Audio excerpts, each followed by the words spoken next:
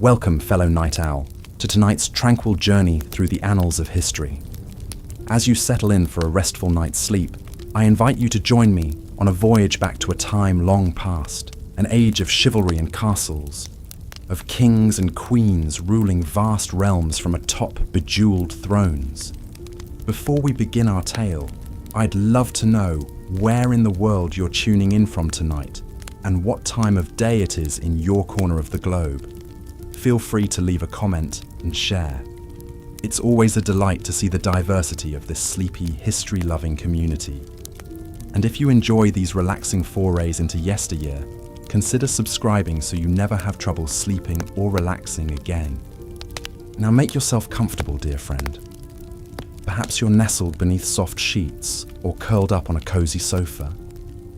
As your eyelids grow heavy and your breath slows, let my words carry you gently back through the centuries to an era both familiar and strange, where we'll peek behind the stone walls of great castles and into the lives of those who once dwelled within. Tonight, we travel to medieval Europe, spanning from the fall of Rome in the 5th century to the Renaissance blossoming of the 15th. It was a time of faith and superstition, of plagues and progress, of conquests and crusades. Looming large over this ever-shifting landscape were the monarchs, those princes and princesses, kings and queens who claimed divine right to rule by the grace of God. From bejeweled crowns to ermine-trimmed cloaks, the royal regalia of the Middle Ages still captures our modern imaginations. When we picture the rulers of old, it's all too easy to envision them in a haze of unimaginable opulence, forever feasting and dancing, hunting and hawking, waging war and welcoming peace, draped in silks and dripping in jewels. But what was life really like for the royals of medieval Europe? How did they while away their days within the walls of sprawling castles and fortified manors, when they laid their crowned heads down to rest each night? What dreams and nightmares flickered behind their noble brows? As your own head sinks heavily into your pillow, I invite you to put yourself in their embroidered slippers for a spell. Imagine that you're a king or queen in the Middle Ages, born to a life of unimaginable privilege and power, but also one bound by duty, expectation, and tradition. Each choice you make will shape not just your own destiny, but the fate of kingdoms. So join me now, dear listener, as we tiptoe through echoing throne rooms and down torch-lit passageways, our footfalls softened by thick rushes strewn across cold stone. We'll eavesdrop on councils and ceremonies, feasts and festivals, births and betrothals. In the process, we may just discover that the royals of old were more human than the dusty pages of history might suggest. Our first stop will be the royal bedchamber itself, that most private of sanctums, where monarchs began and ended each day. As you nestle deeper into your own downy cocoon, let us draw back the heavy velvet drapes and greet the dawn as they might have, many centuries ago. Imagine, if you will, the first rays of sunlight creeping through an arrow-slit window, glinting off the gold threads of a finely wrought tapestry. A gently smouldering hearth lends the chamber a drowsy warmth, its flickering light dancing across the intricate carvings of a massive oak bed piled high with embroidered pillows and luxuriant furs. All is still, save for the measured breathing of the noble sleepers within. Before long, a gentle rapping at the door rouses the royal pair. It's the groom of the stool, that most intimate of courtiers, arriving to help the king with his morning ablutions. With great ceremony, the monarch is washed, dried, and dressed, layer upon sumptuous layer. The queen is tended to by her ladies-in-waiting, each one a high-born beauty vying for her favour. Devotions come next, as the king and queen are expected to set a pious example for their subjects. In a small private chapel, they kneel side by side to recite the morning offices, the Latin phrases well worn upon their tongues. The haze of incense and the glimmer of chalices induce an almost dreamlike state, a reminder that the right to rule is a divine mandate, and even the mightiest must humble themselves before God. But for all the ceremony, pomp, and prayer, medieval monarchs also had more worldly matters to attend to, and so, fortified by their faith, the king and queen emerged to face a day packed with courtly duties and obligations. As we've seen, despite their immense power and privilege, medieval monarchs were still very much human, with all the follies, fears, and foibles that entails. Their lives were defined as much by weighty duties as frivolous entertainments, as much by piety as politics. And perhaps no ruler better embodied these contradictions than the 12th century Queen Eleanor of Aquitaine. Born in 1122 to one of the wealthiest and most powerful families in France, the young Eleanor was the heiress to a vast domain that comprised nearly a third of the country. Beautiful, intelligent, and strong-willed, she was one of the most eligible bachelorettes in Europe.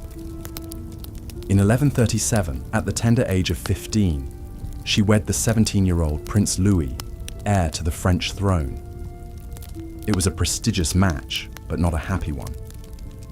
The scholarly, pious Louis was ill-suited to the vivacious and worldly Eleanor. Nevertheless, when Louis's father died later that year, the teenage couple became King Louis VII and Queen Eleanor of France. Despite their differences, Eleanor joined Louis on the Second Crusade in 1147, leading a contingent of her own Aquitanian soldiers. This headstrong act was rather scandalous at the time. Crusading was thought to be the domain of men, not ladies, but Eleanor was no ordinary lady. Dressed in armour and mounted on a white horse, she cut a striking figure on the march to the Holy Land. Unfortunately, like most crusades, it ended in disappointment. The Christian armies failed to retake Jerusalem and returned home in defeat. The crusade only widened the rift between Eleanor and Louis. They had never been close, but now they could barely stand each other. After 15 years of marriage and 2 daughters, the mismatched couple sought an annulment on grounds of consanguinity, being related by blood, a big taboo for the church. In reality, it was a thin excuse to get out of an unhappy marriage. The Pope granted the annulment in 1152, and at the age of 30, Eleanor found herself single and ready to mingle. She didn't stay single for long though. Just 2 months after her annulment, Eleanor married the strapping young Duke of Normandy and Count of Anjou, an 18-year-old fellow by the name of Henry Plantagenet. It was a whirlwind romance and a savvy political move. Through their union, Eleanor's lands were joined with Henry's, creating a powerful counterweight to the French crown. But that was just the beginning. When Henry's cousin King Stephen of England died in 1154, Henry pressed his claim to the English throne and became King Henry II, with Eleanor as his queen. At a stroke, the couple now ruled a vast empire that stretched from Scotland to the Pyrenees, the so-called Angevin Empire. Over the next 13 years, the fertile Eleanor would bear Henry 8 children, 5 sons and 3 daughters, including the future kings Richard the Lionheart and John Lackland of Magna Carta fame. However, all was not wedded bliss for the royal couple. Like Eleanor's first marriage, her second union was marked by conflict and strife. Henry was a serial philanderer, openly taking mistresses and siring illegitimate children. He was also a domineering and often cruel husband, restricting Eleanor's movements and limiting her authority. The fiercely independent Eleanor chafed at such treatment, and the marriage deteriorated into a Cold War. Things came to a head in 1173 when Eleanor's sons, prodded by their mother, rebelled against Henry in a bid for power. It was the ultimate dynastic betrayal. But the revolt sputtered out, and Henry took his revenge. He captured Eleanor and imprisoned her for the next 16 years, locking her away in various royal castles. Her sons fared little better. Henry's namesake, the young king, died of dysentery while leading a rebellion in 1183. Geoffrey perished in a jousting tournament in 1186. But time and tide wait for no man, not even kings. When Henry himself died in 1189, Eleanor's favourite son Richard ascended to the throne, and one of his first acts was to free his long-suffering mother. At the ripe old age of 67, Eleanor rode out of captivity and returned to the seat of power. With Richard often absent on crusade, Eleanor served as regent for her son, skillfully managing the realm and his ransom when he was briefly held hostage. Even in her twilight years, the indomitable Eleanor remained a force to be reckoned with. When Richard died in 1199, she supported her youngest son John's claim to the crown over his nephew Arthur. At the age of 77, she personally led an army to lay siege to Arthur's supporters, securing the succession for John. She died in 1204 at the monastery of Fontevraud at the astounding age of 82, an incredible lifespan for that time. In many ways, Eleanor of Aquitaine both reflected and defied the norms for medieval queens. She wielded immense power and wealth, shaping the politics of her age through her marriages and machinations. But she also endured great hardships, from an abusive husband to a 16-year imprisonment. She was a woman who broke the mold, who refused to be constrained by the expectations of her gender or station. A trendsetter and a trailblazer, a crusader and a queen, a mother and a monarch. Eleanor's extraordinary life reads like something out of an epic novel. Yet her story is no fiction, but rather a testament to the complex realities of life for medieval royalty. The power and the privilege, the duty and the domesticity, the piety and the politics, all were part and parcel of the royal experience. Eleanor embodied these contradictions perhaps more than any other, navigating them with savvy and tenacity. Her legacy continues to loom large, captivating the imagination of historians and novelists alike. As we explore the lives of other notable rulers like Eleanor, a rich tapestry of medieval monarchy emerges. A world of decadent feasts and pious fasts, of grand castles and grander cathedrals, of arranged marriages and courtly love affairs. A world where reputation was everything and dynasty was destiny, where the crown was both a blessing and a burden. In short, a world at once strangely alien and strikingly familiar. Perhaps that is why peering into the private lives of medieval kings and queens continues to fascinate us. It offers a window into a lost world, a glimpse of humanity beneath the crowns and coronets. In their triumphs and tribulations, their vices and virtues, we see reflections of ourselves across the ages. And in that sense, their stories become our stories, their history becomes our heritage. So as we conclude our journey through the rarefied realm of medieval royalty, let us take a moment to ponder the lessons their lives can teach us. The perils of power, the burdens of privilege, the weight of expectation, but also the enduring human capacity for resilience, for reinvention, for leaving a mark on history. For in the end, though they may have worn crowns and sat on thrones, they were still flesh and blood, still fallible and mortal, just like you and me. And on that note, dear listener, it is time for us to bid farewell to the gilded courts and candlelit halls of ages past. May your dreams be filled with visions of mighty castles and fair maidens, of brave knights and wise kings. And may you awake refreshed with a newfound appreciation for the royalty of old and the humanity in us all.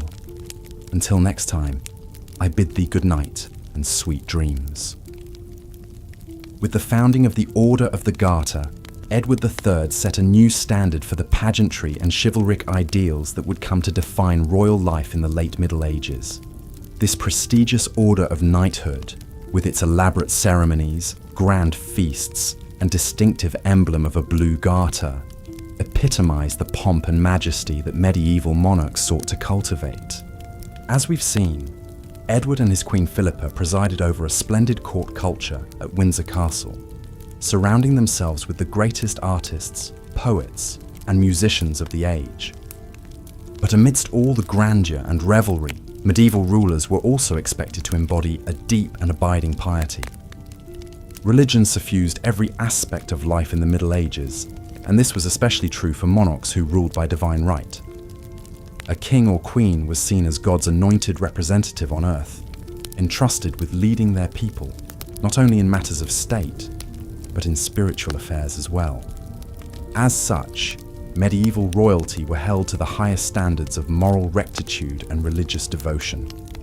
A typical day for a medieval monarch would begin with morning mass in their lavish private chapel, attended by a retinue of priests and clerics. Kings and queens would spend long hours in prayer, offering supplications for the well-being of their realm and the salvation of their immortal soul.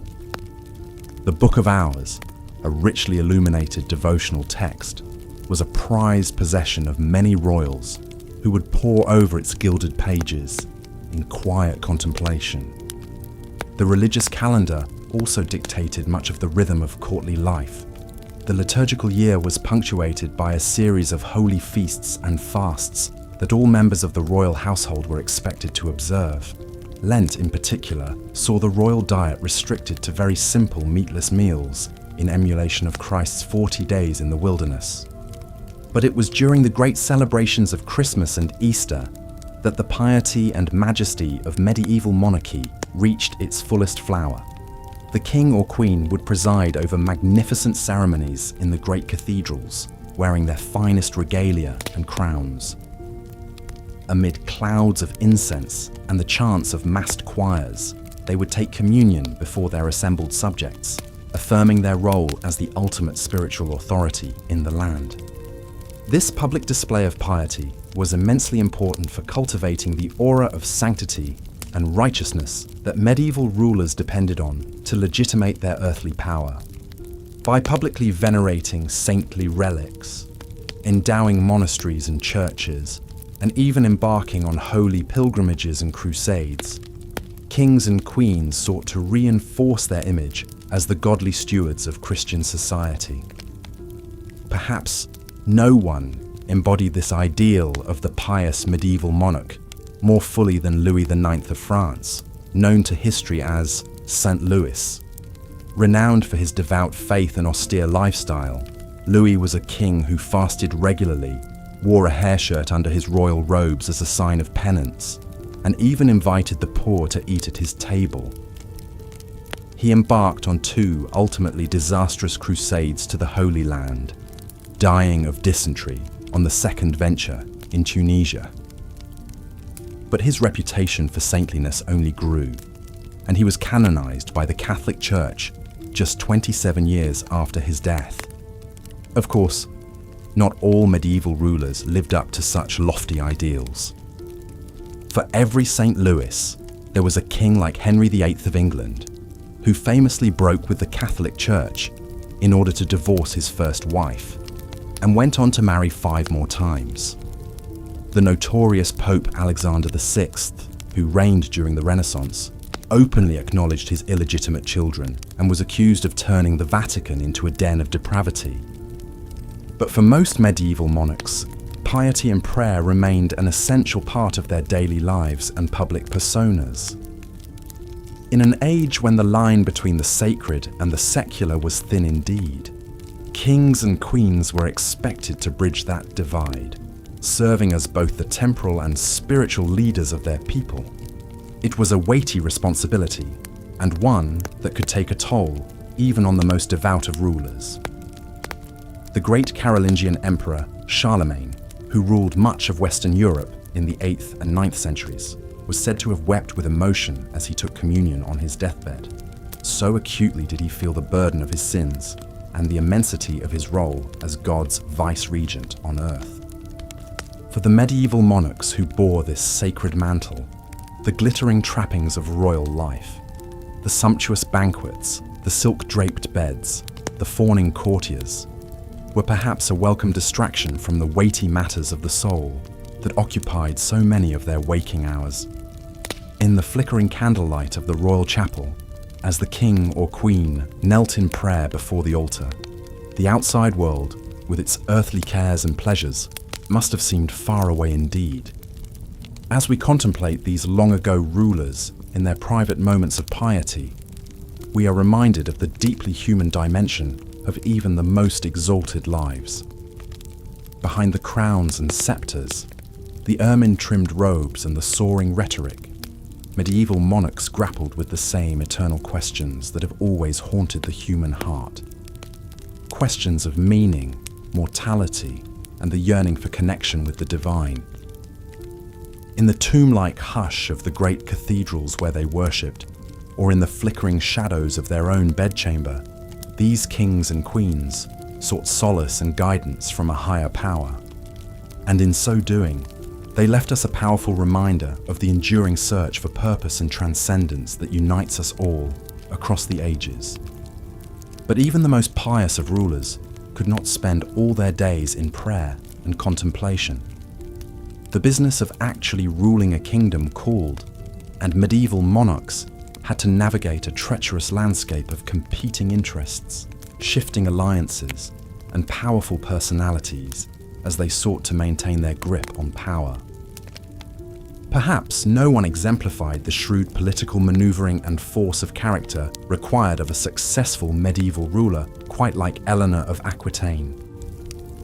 Born into a wealthy noble family in southwestern France in 1122, Eleanor was one of the most eligible bachelorettes in Europe when she inherited the vast duchy of Aquitaine in her own right at the tender age of 15.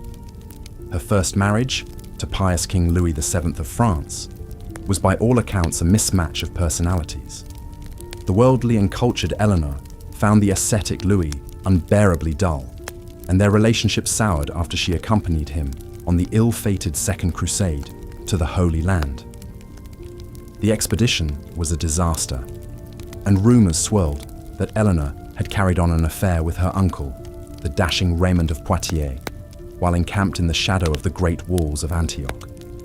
When the royal couple returned to France, their marriage was effectively over, and in a shocking move for the time, the Pope granted Louis an annulment on the grounds of consanguinity, being too closely related. Eleanor, still only 28 years old, suddenly found herself once again the most desirable bride in Christendom. Her next match would prove far more consequential. Just 8 weeks after her annulment, Eleanor married the young Duke of Normandy, who also held vast territories in western France. His name was Henry Plantagenet, and 2 years later he would ascend to the throne of England as King Henry II, with Eleanor as his queen. Together, Eleanor and Henry would preside over a sprawling empire that stretched from the Scottish borders to the Pyrenees Mountains, encompassing all of England and more than half of modern-day France.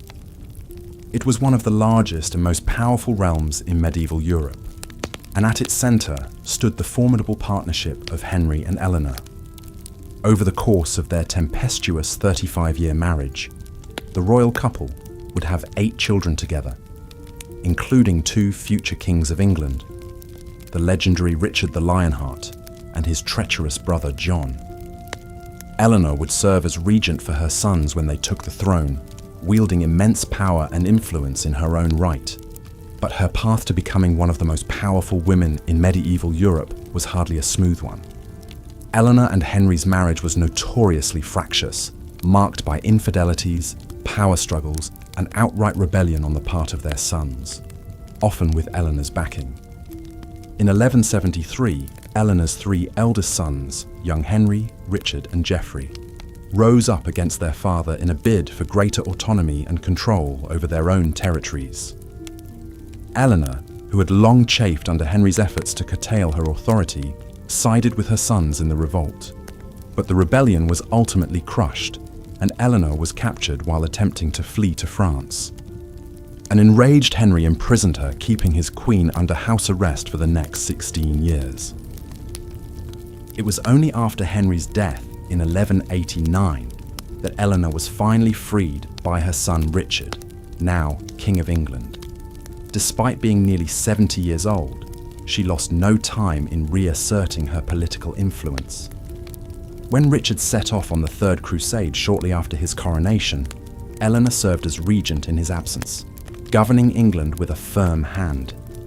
She would go on to outlive both Richard and his successor John, dying in 1204 at the remarkable age of 82. Eleanor's long and tumultuous life offers a fascinating glimpse into the complex realities of power and gender in the medieval world. As a woman who wielded immense influence in her own right, as a wealthy heiress, queen consort, regent, and mother of kings, Eleanor defied many of the constraints placed on her sex in an intensely patriarchal society. But her story also underscores the precariousness of even the most exalted woman's position in medieval society. For all her wealth and influence, Eleanor was still ultimately subject to the will of the men around her. First her husbands, then her sons. Her imprisonment at Henry's hands serves as a stark reminder of the limits of female power in a world where kings still ruled supreme. And yet, Eleanor's enduring fascination for historians and storytellers alike suggests that her legacy transcends the simple trappings of royalty or the constraints of her gender. In many ways, she embodies the restless, questing spirit of an age, a time when the old feudal order was giving way to a new world of courtly romance, chivalric ideals, and the first stirrings of individualism. As a patron of the arts and a leader of the courts of love, grand assemblies where the conventions of courtly romance were celebrated and codified, Eleanor helped to shape the cultural ideals that would define the High Middle Ages. Her influence can be seen in everything from the love poetry of the troubadours to the soaring cathedrals and illuminated manuscripts that still take our breath away today. In Eleanor's story, we see a woman who grappled with the great questions of her age, questions of power, faith, love, and duty, and who left an indelible mark on the world she inhabited.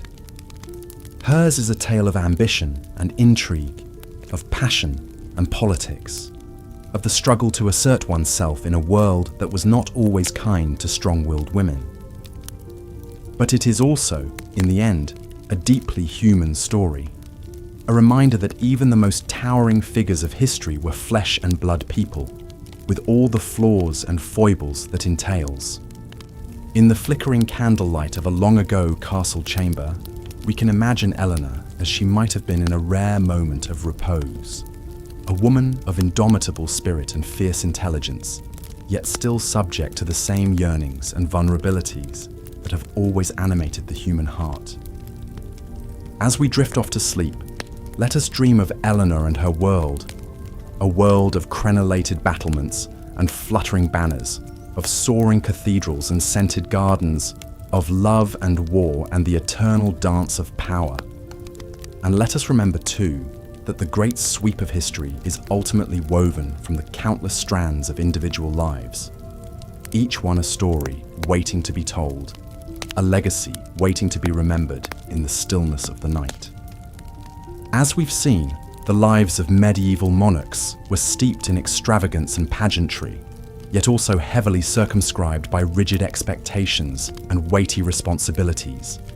For all the grandeur of their castles and courts, kings and queens faced a daily existence that was in many ways far from enviable. Take Eleanor of Aquitaine, for instance. Born into wealth and privilege as the heiress to a vast duchy, she became Queen of France at the tender age of 15, upon her marriage to King Louis VII. The young couple embarked on the ill-fated Second Crusade together, a grueling journey across thousands of miles that ended in military failure and personal estrangement. After 15 years of marriage and the birth of 2 daughters, Eleanor and Louis's union was annulled on grounds of consanguinity. But Eleanor's story was far from over. Just 8 weeks later, she married the young Duke of Normandy and Count of Anjou, who shortly thereafter ascended the throne as King Henry II of England. As queen once again, Eleanor proved a formidable political presence, governing England as regent during Henry's long absences and bearing him 8 children, including the future kings Richard the Lionheart and John Lackland. Yet for all her power and influence, Eleanor's life was tumultuous and constricted by the politics of the day. Her marriage to Henry grew increasingly fractious, and she eventually incited her sons to rebel against their father, a transgression for which she spent 16 years under house arrest. In the end, she outlived both her husbands and all but 2 of her 10 children, dying at the ripe old age of 82 as the Queen Mother and one of the great survivors of the age. Eleanor's remarkable tale highlights the precarious position in which even the most blue-blooded of medieval women found themselves. Subject to the authority of fathers, husbands and sons, queens could wield significant influence from behind the scenes, but always at the risk of censure or punishment for overstepping their bounds. The personal was deeply political, and a royal woman's choice of spouse or ability to produce heirs could spell the difference between dynastic glory and ruin. This was certainly the case for Empress Matilda, the daughter of England's King Henry I. Groomed for greatness from a young age, Matilda was married off to the Holy Roman Emperor as a teenager, and later recalled to England to be named her father's heir after the death of her brother in a shipwreck. But the barons balked at accepting a woman as their ruler, and when Henry died, Matilda's cousin Stephen of Blois rushed to seize the throne, plunging England into a nearly 20-year civil war known as the Anarchy. Matilda fought fiercely for what she saw as her birthright, rallying troops to her cause, and even escaping a castle under siege by being lowered down the walls in a coffin. She came tantalizingly close to the crown, entering London in triumph and preparing for her coronation. But the fickle citizens soon turned on her, and she was chased out of the city, never to return. In the end, Matilda was forced to settle for seeing her son, the future Henry II, recognised as Stephen's successor, a diplomatic resolution to England's turmoil, but a personally disappointing outcome for a woman who had fought so long and hard to be queen in her own right. The stories of Eleanor and Matilda offer a poignant reminder of the limitations medieval women faced, even at the very apex of society. Queens and empresses might accrue fabulous wealth and wield considerable influence, but their agency was always contingent on the forbearance of the men around them.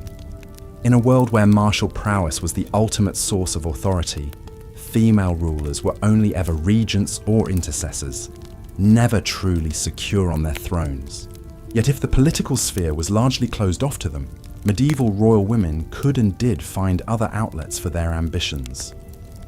Many carved out significant roles for themselves as patrons of the arts, commissioning magnificent works of art and architecture to adorn their palaces and glorify their memories. Eleanor of Aquitaine was a noted sponsor of troubadours and poets, presiding over a glittering court culture that helped define the early medieval vogue for courtly love. Other queens took a more active role in the religious life of their realms, founding abbeys and monasteries, going on pilgrimages, and even leading crusades, as Eleanor did alongside her first husband. The church offered a rare space where royal women could exercise a degree of autonomy and spiritual authority, even as it relegated them to a subordinate position in the social order. Of course, not all medieval monarchs were as outsized characters as Eleanor or Matilda. For every ruler who left an indelible mark on the historical record, there were scores more who lived and died in relative obscurity, their names recorded only in dry chronicles and faded pedigrees. These forgotten sovereigns may not have shifted the course of nations, but their experiences too are crucial for understanding what life was like for royalty in an age far removed from our own. Consider, for instance, the daily routine of an average medieval king. Although we might think of royal schedules today as jam-packed with court ceremonials, diplomatic engagements, and affairs of state, the reality in medieval times was often considerably more slothful. While the typical day would open with mass at dawn, and perhaps some dispensation of justice or audiences with courtiers, Many monarchs spent long stretches in sybaritic ease, drifting from banquet to hunt to gaming table in a haze of idle pleasure-seeking. Writing in the 12th century, the chronicler Walter Map described a royal feast with more than a hint of moralistic judgment. In the midst of wanton joys and unbridled pleasures, with jesters and minstrels, dishes and delicacies fit for kings, dancers and jugglers, all shame was cast aside, all modesty abandoned, and day was turned into night by the torches' flare, and the air resounded with shouts and acclamations. Behind the bluster, one can detect a very human vulnerability. For all their license to indulge in feasts and frivolities, medieval monarchs were expected to live up to nearly impossible ideals of nobility, piety, and honor. They were supposed to be generous patrons, fierce warriors, wise judges, and unimpeachable moral examples, all while navigating the treacherous currents of court politics and dynastic rivalry. It's little wonder that so many sought refuge in life's fleeting pleasures or clung to the comforts of religion. At the end of the day, perhaps that is what is most striking about the medieval monarchical experience. Not its distance from our own, but its fundamental humanity. Peeling back the ermine robes and shining crowns, one finds people not so different from ourselves. Individuals struggling to reconcile duty and desire, to make their mark on the world while playing the hands they were dealt by fate and circumstance. In a society as rigidly hierarchical as medieval Europe, it could be tempting to see royalty as superhuman paragons, blessed by birthright to glide far above the common run of cares and woe. But examine their lives more closely, and a different picture emerges.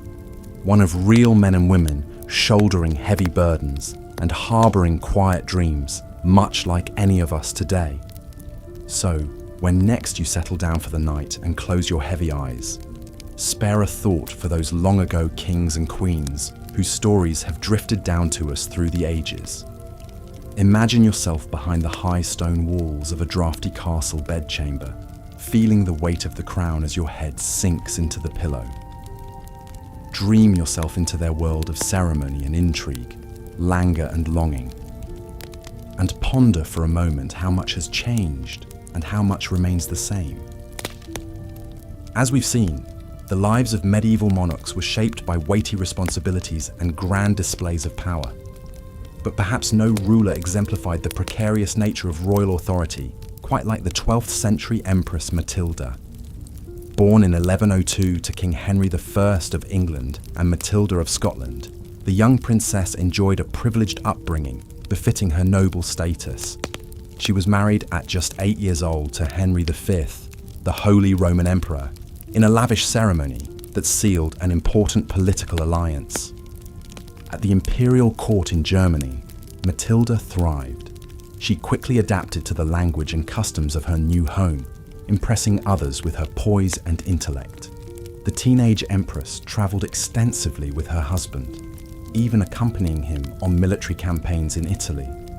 Sadly, Henry V died suddenly of illness in 1125, leaving 23-year-old Matilda a widow. With no children of her own, she returned to the English court of her father. King Henry I doted on his only surviving legitimate child. He named Matilda as his heir and forced his barons to swear fealty to her, an unprecedented move, as a woman had never ruled England in her own right before. To bolster her claim, Henry arranged Matilda's marriage to the powerful Geoffrey of Anjou in 1128. The union produced 3 sons, including the future King Henry II. But storm clouds were gathering. Many of England's barons resented the idea of a female sovereign, and Matilda's haughty demeanour at court did little to endear her to would-be subjects. When Henry I died in 1135, the stage was set for a showdown over the royal succession. The king's nephew Stephen of Blois quickly crossed the channel, seized the crown for himself, and was recognised as ruler by the English church. Matilda was incensed, with her husband Geoffrey she rallied supporters to her cause and launched an invasion of England in 1139. The perils of the monarchical life were laid bare as a bitter civil war erupted. For over a decade, the realm was consumed by bloody conflict and shifting alliances as Matilda battled her cousin Stephen for the throne. The period came to be known as the Anarchy. Despite her tenacity, the Empress struggled to win a decisive victory. Her forces captured Stephen in battle in 1141, and Matilda briefly took control of the government. But a series of strategic blunders and her imperious rule alienated erstwhile allies. A popular uprising drove Matilda out of London before her planned coronation. As the war dragged on, the people suffered immensely from the breakdown in law and order. In the end, neither Matilda nor Stephen would truly prevail. The anarchy ended in 1153 with the Treaty of Winchester, which allowed Stephen to keep the throne, but named Matilda's young son Henry as his successor.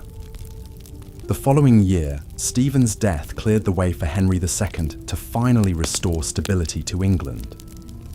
Matilda's decades-long fight to secure her royal inheritance was over. The dramatic saga of the Empress Matilda illustrates the reality that even the most privileged royal existence could be disrupted by political turmoil. Matilda was born into power and groomed for greatness, but her sex and stubborn personality ultimately hindered her path to the crown. While she never ruled in her own name, Matilda's lifelong quest to secure the throne laid the foundation for the Plantagenet dynasty that would dominate England for over 300 years. Throughout the Middle Ages, royals like Matilda were expected to serve as beacons of culture and learning for their people. In an era when access to education was limited mostly to the wealthy and religious orders, medieval monarchs played an outsized role in fostering the arts and sciences. Kings and queens would wield their vast resources as patrons, supporting the work of scholars and artisans in a grand show of power and prestige. Few things demonstrated the cultural clout of a ruler like commissioning magnificent works of architecture. Soaring cathedrals and imposing castles served as awe-inspiring tributes to both God and king. The Gothic style that flourished in the 12th to 16th centuries was characterized by pointed arches, flying buttresses, intricate sculptures, and luminous stained glass. All technical marvels requiring vast teams of skilled masons, glassworkers, and artisans to build. Take one of the most iconic examples, France's Chartres Cathedral. The bulk of this stunning church was erected between 1194 and 1250 during the reigns of Philip II, Louis VIII, and Louis IX. Its towering 112-foot stone vaulted ceiling, 176 stained glass windows, and ornate royal portal were all cutting-edge innovations for the time. As many as 300 artisans might have laboured continuously over decades to construct this Gothic masterpiece. Of course, no less impressive were the projects royals commissioned for their own residences. Sprawling palaces and fortified castles were built and expanded over centuries, each new generation of rulers adding their own flourishes. The famed Palace of Westminster in London started as a humble 11th century dwelling for Anglo-Saxon kings. But by the time Richard II began rebuilding it in 1394, the palace boasted a magnificent great hall, separate royal apartments, and defensive walls enclosing over 10 acres along the River Thames. Inside their stately homes, medieval monarchs surrounded themselves with beauty. Tapestries were the ultimate status symbol. Incredibly expensive to create, they added warmth, colour, and storytelling to drafty stone halls.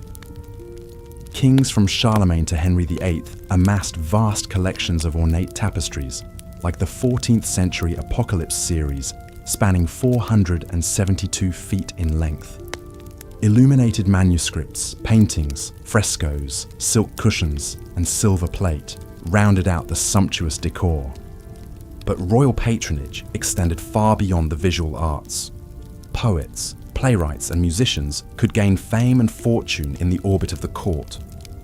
Rulers sponsored lavish performances and competitions and hired the most renowned creator of the day as official court composers. One could trace the evolution of secular music through luminaries like Guillaume de Machaut, who served John the Blind, King of Bohemia in the 1300s. Perhaps one of the most enduring forms of cultural patronage practiced by medieval monarchs was the founding of universities and libraries. From the 1100s onward, a ruler's prestige became tied to how many scholars they could attract and institutions they could endow. The universities of Oxford, Cambridge, and the Sorbonne all had royal patrons. Vast collections amassed in places like the Library of the Louvre made Paris a capital of learning. By supporting the dissemination of knowledge, royals hoped to glorify God and their own reputations. Of course, not all cultural projects were so high-minded. Entertaining the court was a major preoccupation, and some rulers gained fame for their lavish festivities that went on for days. One particularly notorious example was the so-called Bal des Ardents, or Ball of the Burning Men, held by the French Queen Isabeau of Bavaria in 1393. For this wild masquerade, King Charles VI and several lords dressed up as wild men, in costumes of linen soaked with resin for a hairy effect. When the king's brother approached with a torch, the highly flammable outfits caught fire. Several men were burned alive, though the king was saved by the quick actions of his young aunt. The night's gruesome turn was considered an ill omen, foreshadowing Charles VI's later bouts of madness. Such tragedies aside, the cultural legacy left by medieval royalty is undeniable. The period marked a flowering of creativity and learning, with rulers leading the way as patrons.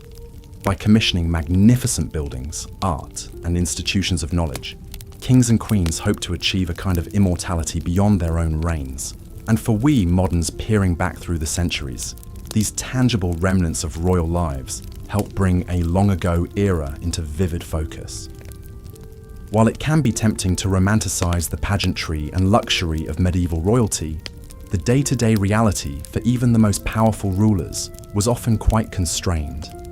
The famous axiom, uneasy lies, the head that wears a crown, captures the suffocating pressure and isolation that could characterize life at the very top of the hierarchy.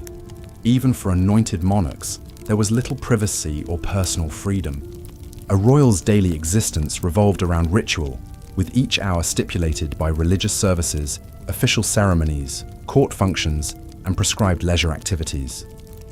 Every action was governed by strict protocol and etiquette, from how lowly servants could approach them to what dishes could be served at a banquet. And a sprawling entourage of attendants, courtiers, and guards meant a king or queen was rarely, if ever, truly alone. Consider the claustrophobic conditions of King Charles VI of France, who reigned from 1380 to 1422.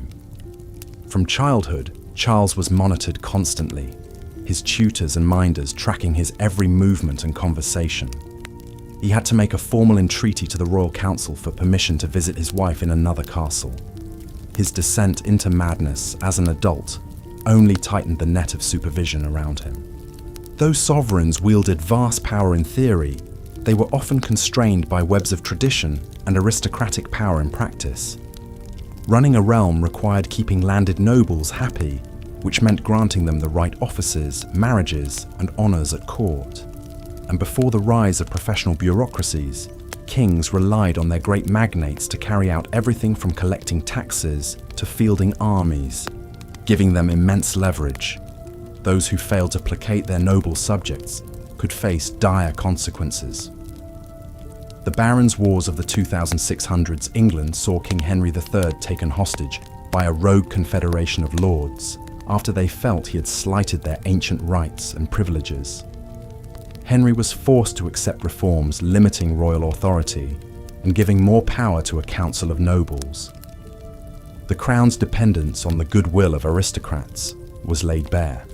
The most intimate aspects of a ruler's life were dictated by politics as well. Marriages, especially for women, were almost always arranged with diplomatic aims in mind. Kings and queens were seen as valuable pieces on the dynastic chessboard, used to seal alliances or territorial claims. The wishes of the betrothed were rarely a factor. Princes and princesses often met their new spouses for the first time at the altar. Once wed, a royal couple's chief duty was to produce heirs to continue the dynasty. This pressure was especially intense for women, whose worth was often measured by their fertility.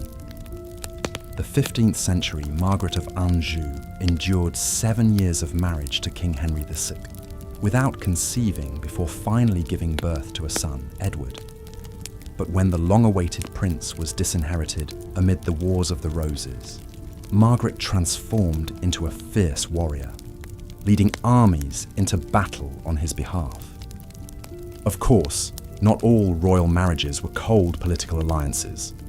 The great love story of Edward I and Eleanor of Castile in the 1200s is documented in adoring letters that capture their mutual affection. And the 14th century saw the reign of the princes in the Tower, the devoted Edward II and his friend Piers Gaveston, who shared an emotional and perhaps romantic bond. But even these relationships played out on a public stage, subject to the scrutiny of courtiers. Despite the immense privilege of their rank, royalty sacrificed much of their personal autonomy. The crown's seclusion also meant a formal distance from their subjects. Glimpses behind the carefully controlled facade, like Henry VI's melancholic breakdowns or Edward II's grief over the death of Gaveston, reminded the realm of the humanity of their rulers.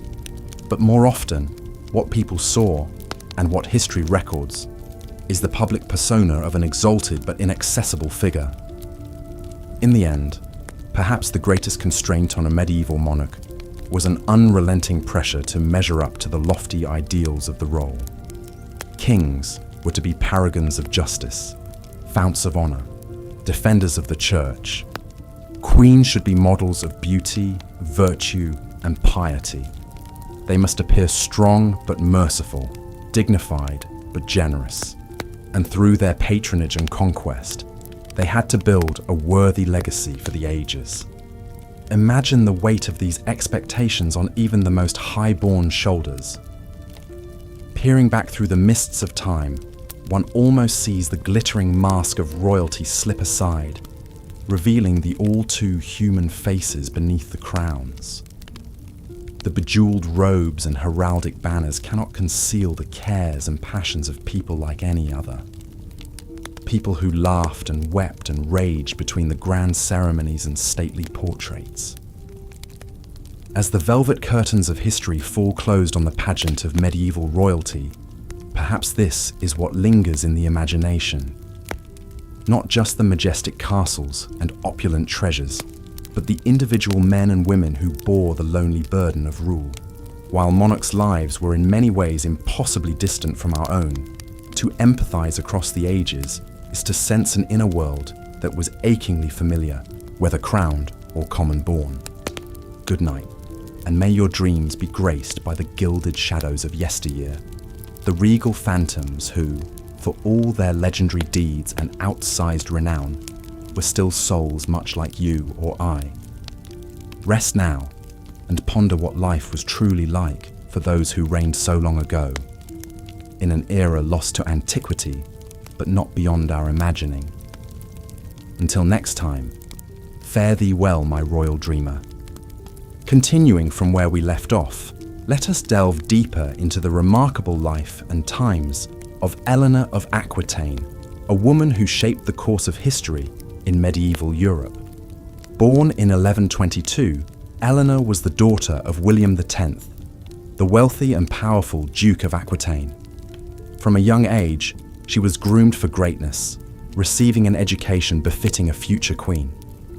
She learned to read and write, a rare accomplishment for a woman in those times, and was tutored in languages, music, and the arts of courtly love. At the tender age of 15, Eleanor's life took a dramatic turn when her father died unexpectedly on a pilgrimage to Santiago de Compostela. As the eldest of his two daughters, Eleanor inherited the vast Duchy of Aquitaine, making her the most eligible bride in Europe. Suitors from far and wide sought her hand in marriage, vying for the chance to control her immense wealth and territory. In the end, it was Louis VII, the young King of France, who won Eleanor's hand. They were married in 1137, just a few months after Louis had ascended to the throne. At first, the union seemed a happy one, with Eleanor bringing a much-needed infusion of wealth and culture to the French court. She introduced the troubadour tradition of courtly love, sponsoring poets and musicians who sang of chivalry and romance. But despite their auspicious beginnings, Eleanor and Louis's marriage soon began to fray.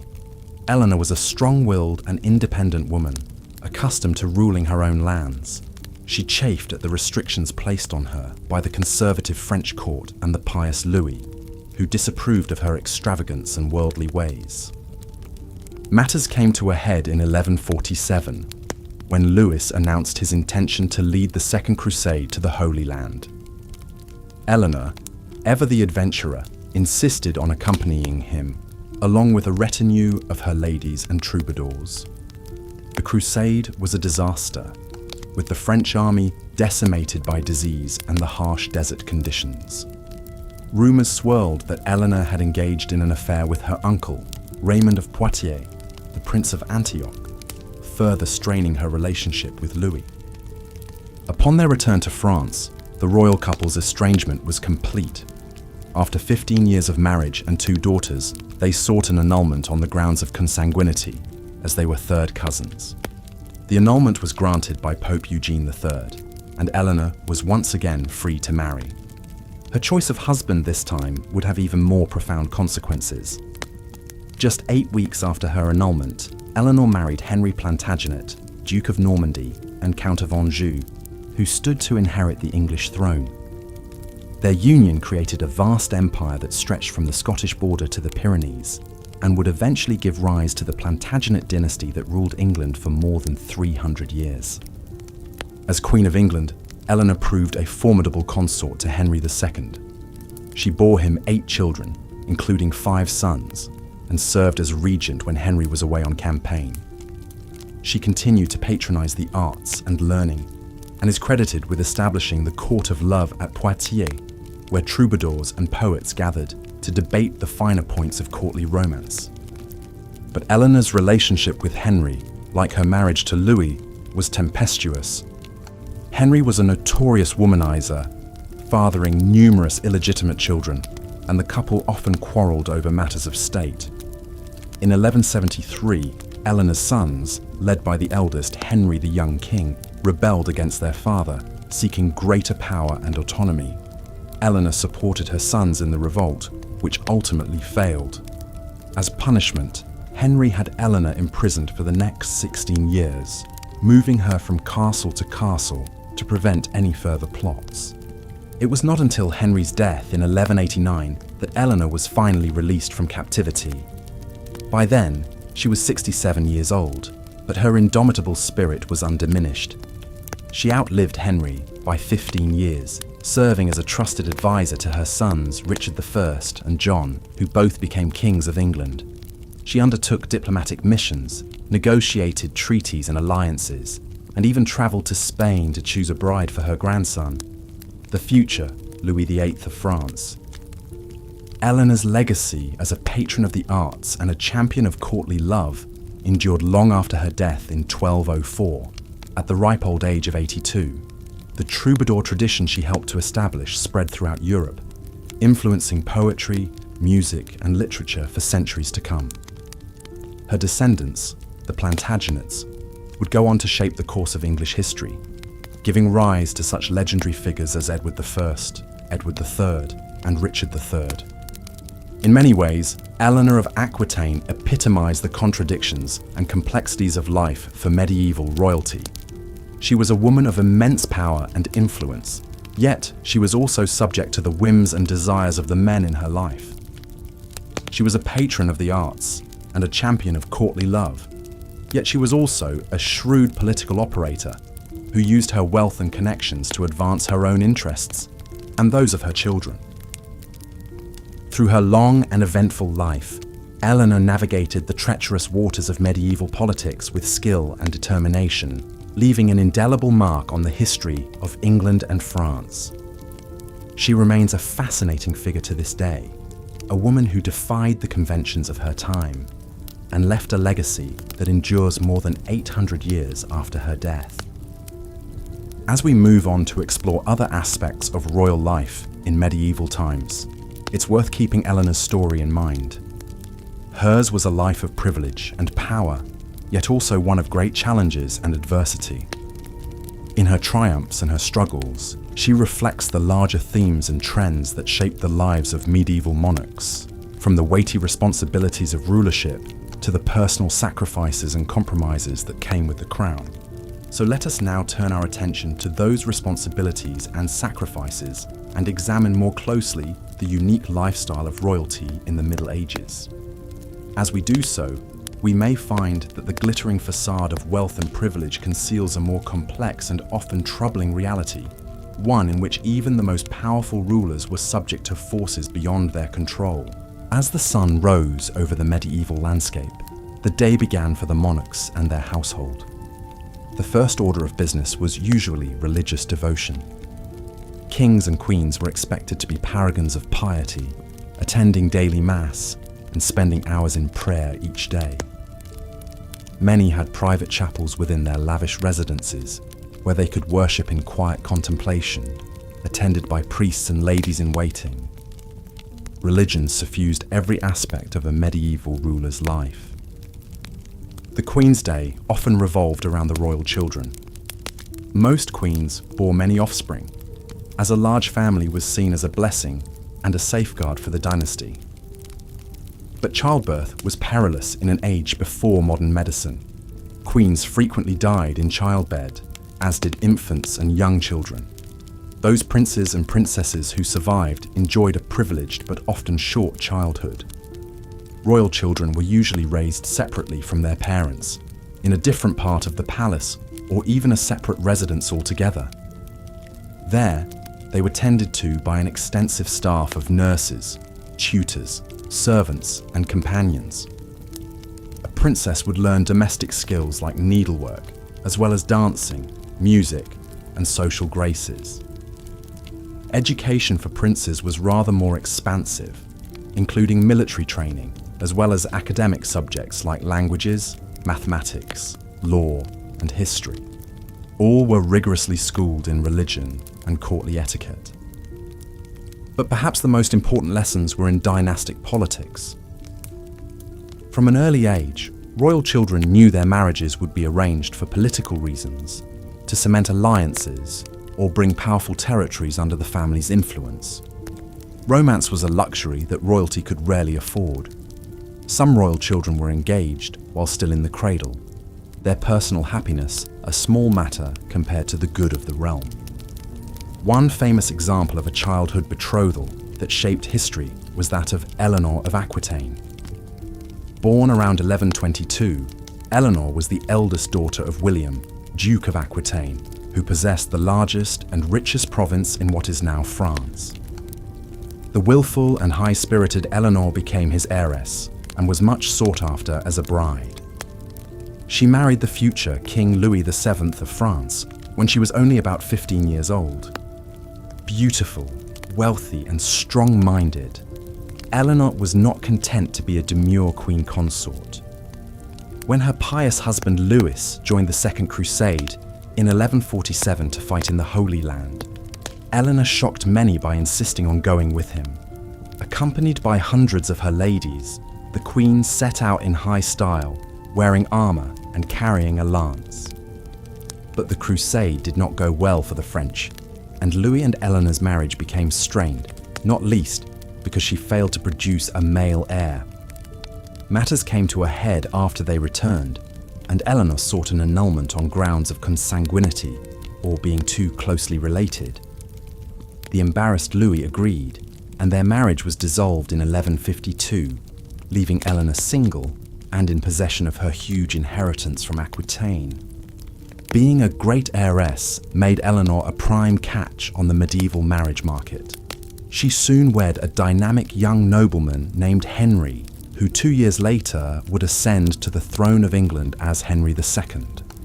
By him, Eleanor bore 8 children, including 5 sons, 2 of whom would become kings in their turn. But as Eleanor aged, her relationship with the explosive and philandering Henry deteriorated.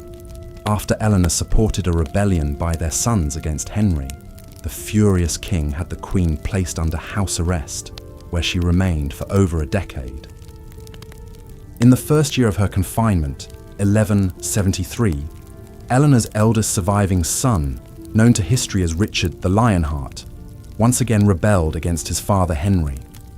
Richard, his mother's favourite, may have been emboldened knowing Eleanor supported his claim.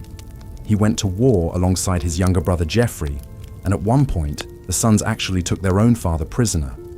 But Henry finally subdued the rebellion, only agreeing to free Eleanor after Richard submitted and begged for forgiveness.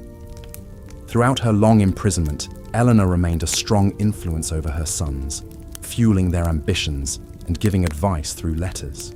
When Henry II finally died in 1189, Richard ascended to the throne, and his first act as king was to order his beloved mother released.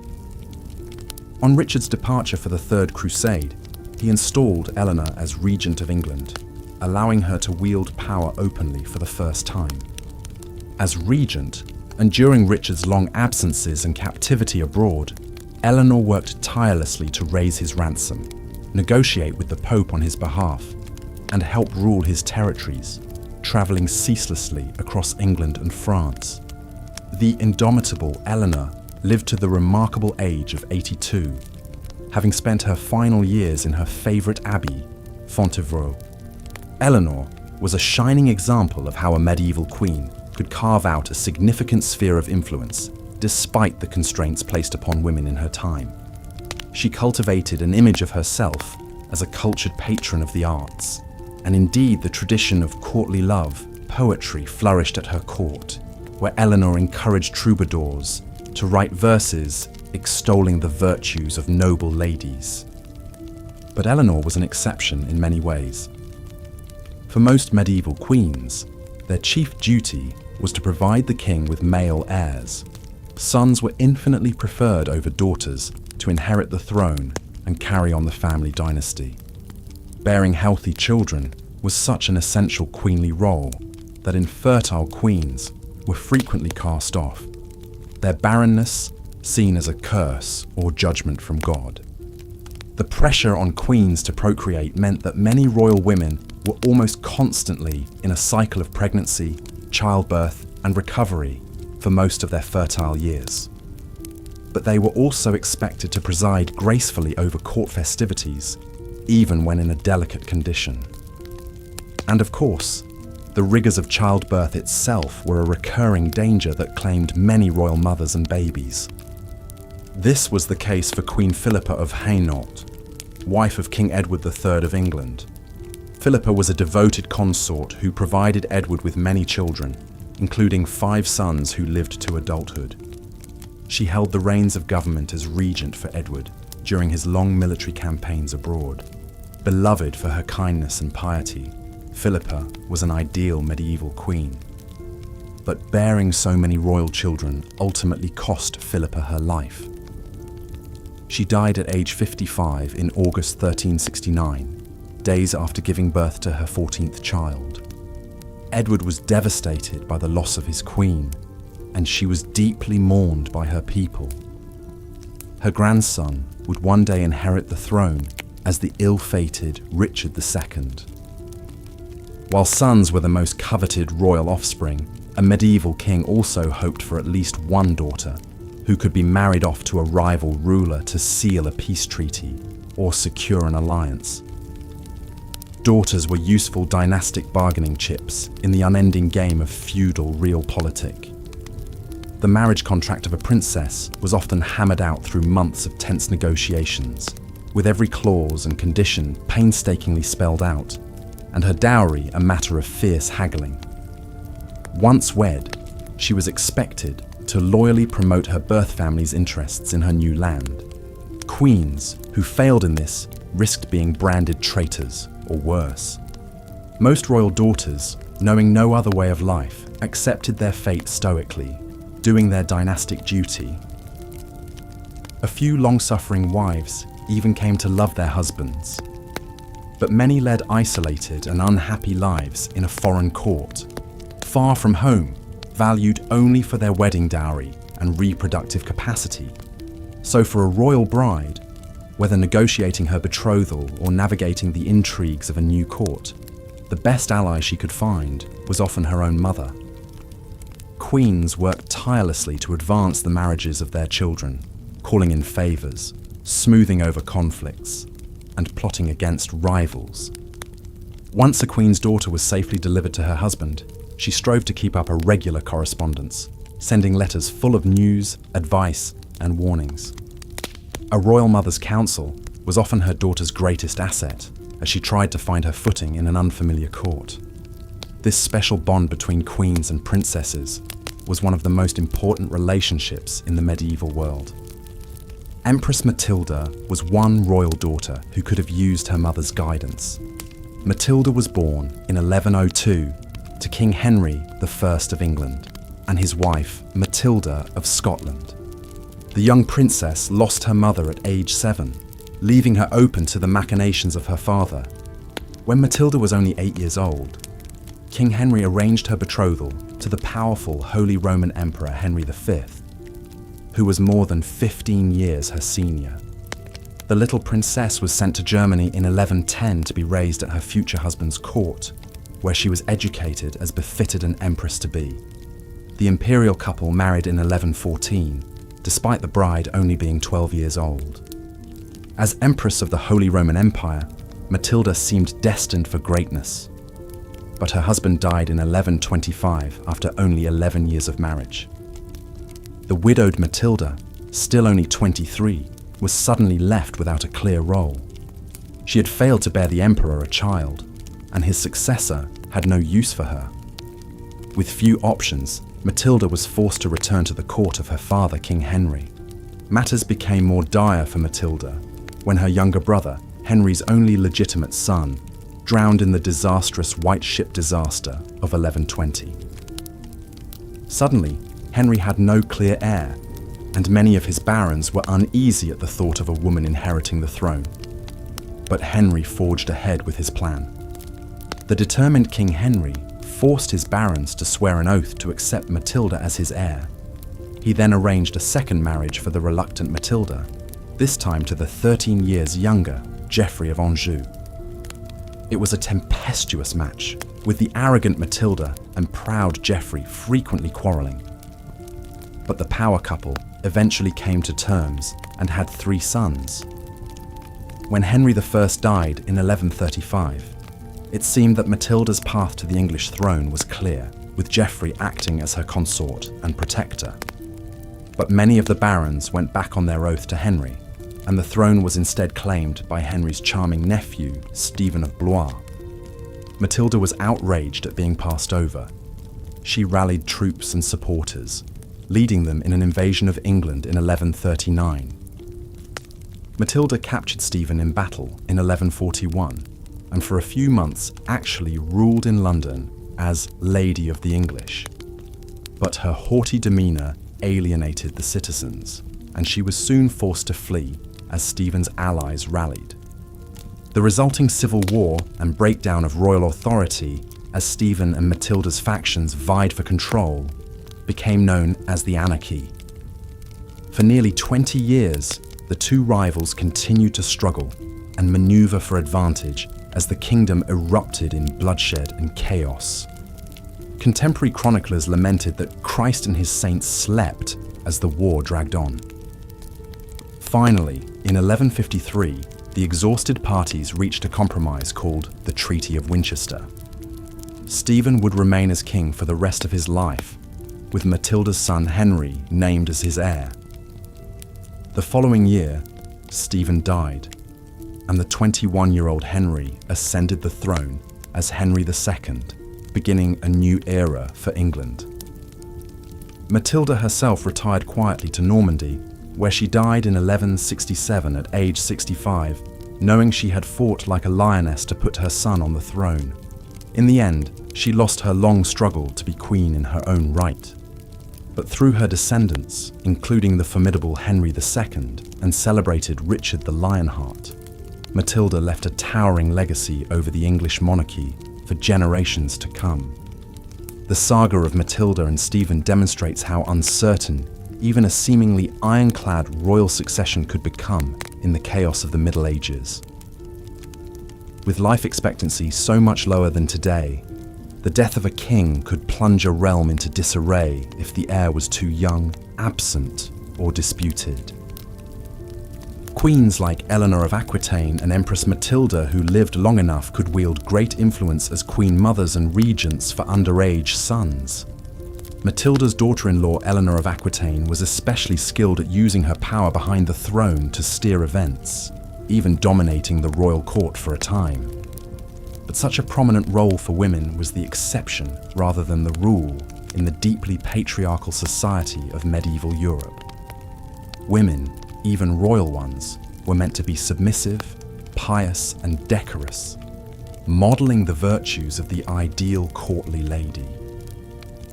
Those queens who openly flouted these expectations, asserting themselves too strongly into the male spheres of governance and warfare, frequently met with criticism and censure. Chroniclers denounced them as unnaturally ambitious viragos overstepping their proper womanly role. This was the case with Queen Isabella of France, wife of Edward II of England. Isabella, beautiful and clever, despised her ineffectual, pleasure-loving husband and his male favourites, who held undue influence at court. In 1325, Isabella fled to France, where she took a lover, the ambitious nobleman Roger Mortimer. The scandalous pair gathered an invasion force and attacked England, capturing the hapless Edward and forcing him to abdicate in favour of his teenage son, Edward III. Edward II soon died in captivity, almost certainly murdered on the orders of Isabella and Mortimer. The pair then ruled openly as regents, their brazen affair an open secret. But young King Edward chafed under his mother's thumb. In a palace coup, he arrested Isabella and put her lover Mortimer on trial. The Queen was spared execution and allowed to retire with dignity to a comfy exile. Mortimer, however, was promptly hanged as a traitor. Isabella's story is a cautionary tale of how even powerful queens could swiftly fall from grace if they failed to maintain the proper image of virtuous femininity. In the harsh world of medieval politics, royals danced on a razor's edge, where one wrong move could mean disgrace or death. When those missteps involved queens and their lovers, the scandal was especially juicy to royal watchers. By the later Middle Ages, most kings had resigned themselves to their wives taking discreet lovers, so long as they were reasonably cautious and bore the king's children. Of course, kings themselves frequently strayed with mistresses. It was practically expected for lusty royal husbands. Henry II of England, Eleanor of Aquitaine's spouse, famously kept a whole string of mistresses, most notably the fair Rosamond, the comely young daughter of a knight. Henry ensconced his beloved Rosamond in a sort of love nest, a picturesque bower at the centre of a hedge maze at his park in Woodstock. According to legend, a jealous Queen Eleanor eventually found a way into the labyrinth and confronted her nubile young rival, offering her the choice of a dagger or a cup of poison. The tale's ominous implication of murder only added to the fair Rosamond's romantic mystique. The reality, as usual, was doubtless more prosaic. Some historians believe Rosamond may have become a nun with Eleanor's knowledge, as a respectable way to remove her from the royal court. In any case, Rosamond apparently died of natural causes, as a charitable foundation was later established at Godstow Abbey in her name. The enduring legend of Rosamond and Eleanor demonstrates how tales of courtly love, with adulterous passions, jealous rages and tragic endings, so captivated the imaginations of medieval nobility. Such scandalous romances whether real or embellished, were the favourite gossip around palace fireplaces and banquet tables. So, where did medieval royals do most of their philandering and politicking? Much of it occurred at their favourite royal residences and power bases. Kings, queens, and their courts were always on the move between castles, keeping an eye on their far-flung domains. The great royal domiciles of the Middle Ages were not just military fortifications, but also political nerve centres and stages for court pageantry and intrigue. The mightiest castles boasted concentric rings of stout walls, towers, baileys and keeps, plus lavish living quarters decked out in rich tapestries, fine furnishings and precious plate. A splendid example was William the Conqueror's White Tower, begun in the 1070s, the first and largest building at the Tower of London complex. Though meant to dominate and intimidate William's new English subjects, the White Tower also functioned as a showy royal residence, complete with a magnificent great hall, stately apartments, and a lovely chapel. Many exquisite examples of medieval royal apartments still survive today. One of the most opulent was the Palais de la Cité in Paris, the main seat of the French monarchy from the 10th century until Charles V moved the court to the Louvre in the 1360s. The Palais de la Cité was a vast complex combining a fortress, a prison, law courts, and a dazzling royal residence. At its heart was the sumptuous Grande Salle, a hypostyle hall with soaring vaults supported by colourful marble columns. The vault was painted a deep, inky blue, dotted with golden fleurs-de-lis, evoking the night sky. Magnificent statues of French kings lined the walls, staring down regally at courtiers and visitors. Though the Grande Salle was mostly destroyed by a fire in 1618, we can still marvel at one of its exquisite side chambers, the fairy tale Sainte-Chapelle. This glorious Gothic chapel was built by King Louis IX in the 1240s to house the supposed crown of thorns and other relics of Christ's Passion. The Sainte-Chapelle is famed for its dazzling stained glass windows, an ethereal expanse of luminous jewel tones soaring nearly 100 feet above the marble floor. Brilliantly hued scenes from the Old Testament and Passion cycle mesmerize the eye, awash with glowing. Life for royalty in medieval times was a world unto itself, set apart from the toil and concerns of the common people. While the lives of kings and queens were undoubtedly privileged, full of luxury and power beyond imagining for most, they also carried heavy burdens and weighty expectations. Their daily routines were marked by strict ceremony, onerous duties, and constant public scrutiny. The royal lifestyle was at once decadent and demanding, a glittering facade masking very human struggles within. Perhaps no monarch better embodies the paradoxes of royalty than Queen Philippa of England, devoted wife of Edward III and mother to no less than 12 children. Born a noblewoman of Hainaut, now in modern Belgium, the young Philippa came to England at just 13 to be wed to the 15-year-old Edward. It was an arranged match, like most royal marriages then, intended to secure a political alliance between their two lands. Yet despite its pragmatic origins, the union would blossom into a deeply loving and influential partnership. Edward and Philippa's marriage was a pillar of strength during a tumultuous time for the English crown. Not long after taking the throne, Edward embroiled England in what would become the 100 Years' War, staking a tenuous claim to the French crown through his mother. As he led armies across the Channel year after year, Philippa often served as regent in his stead, capably governing the realm. She earned widespread respect for her wisdom, grace and charity, a trusted queen who embodied the ideals of the age. But Philippa's life was far from the tranquil domesticity enjoyed by her humblest subjects. When not holding court or reviewing matters of state, she was frequently pregnant, confined to her chambers for long stretches. Childbirth was a perilous affair even for queens, and not all of Philippa's babies would survive infancy. Those who did faced an upbringing of rigid formality, every moment structured and supervised. the natural rambunctiousness of childhood tamed by decorum. Exhausting as this cycle of child-rearing was, it was also Philippa's chief duty and a source of dynastic pride. Her sons would go on to be the famed Black Prince and the powerful John of Gaunt. Her daughters she raised to be gracious and capable queens. In an age when the primary role of royal women was to secure the succession, Philippa excelled. Yet she strove to be more than a queen.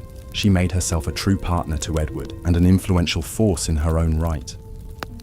When not consumed by matters of state or family, Philippa embraced the refined pastimes and pageantry of court.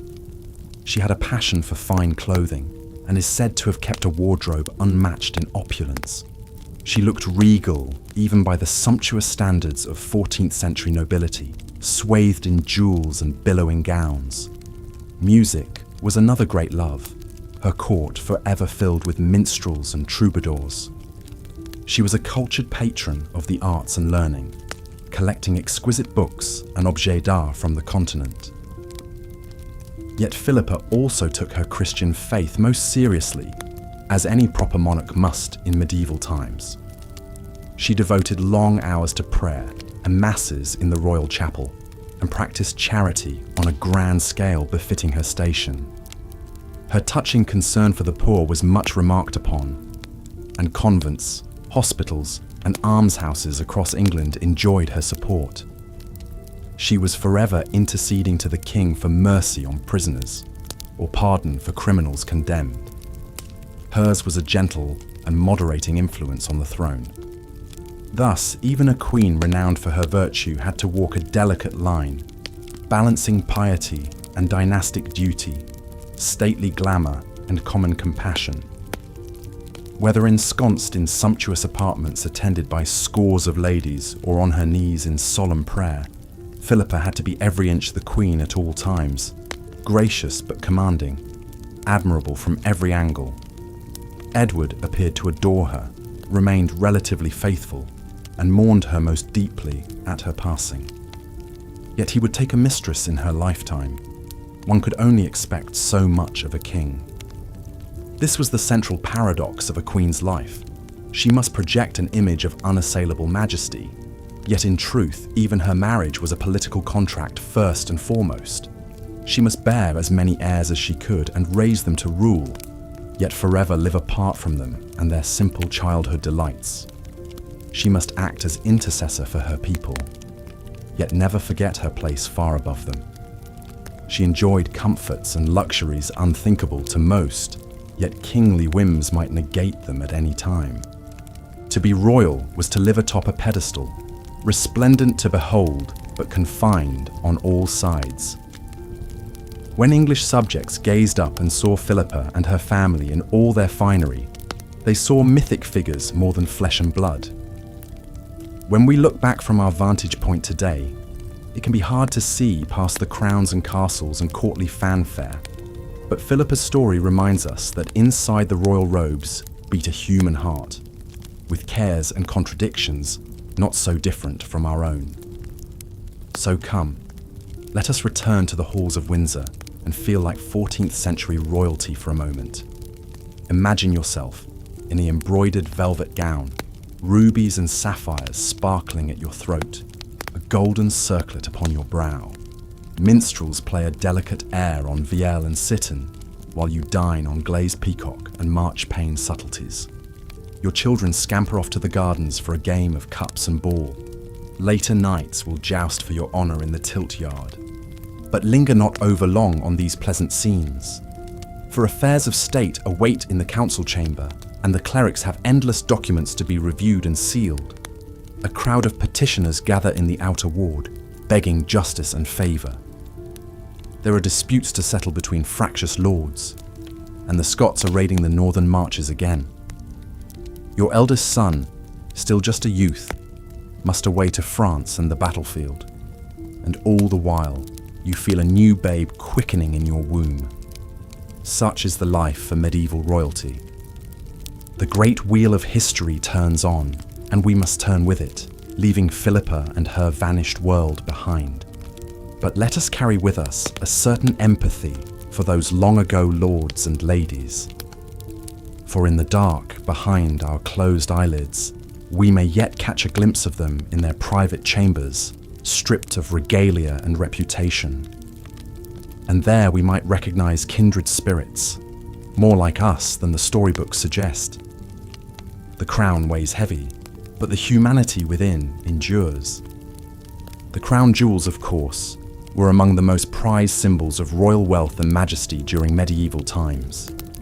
These priceless coronation regalia, crowns, orbs, scepters and swords, were encrusted with glittering rubies, emeralds, sapphires and diamonds the size of quail eggs. They were worn by the monarch during the most solemn ceremonies and state occasions. Kings and queens took great pride in commissioning ever more opulent crown jewels, each more dazzling than the last.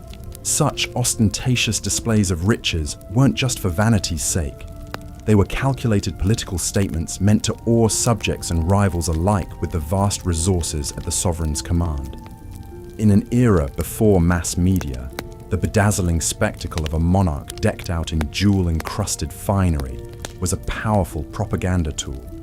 It reinforced the divine right of kings, the notion that rulers were anointed by God to reign over their kingdoms. The crown jewels invoked biblical kings like Solomon, famed for their wisdom, but also their stupendous wealth and earthly glory. When worn in majestic cathedrals during holy festivals, they linked the worldly might of the monarchy to the spiritual power of the church. And when flaunted before foreign emissaries, they advertised the prosperity, sophistication, and indomitable strength of the realm. Amassing such fabulous royal treasuries was an expensive business. Skilled craftsmen devoted years to perfecting a single piece. The precious metals and gemstones were sourced from the farthest corners of the known world. Gold from Africa, rubies from Asia, emeralds from Egypt. Such far-flung origins only enhance the mystique of the jewels.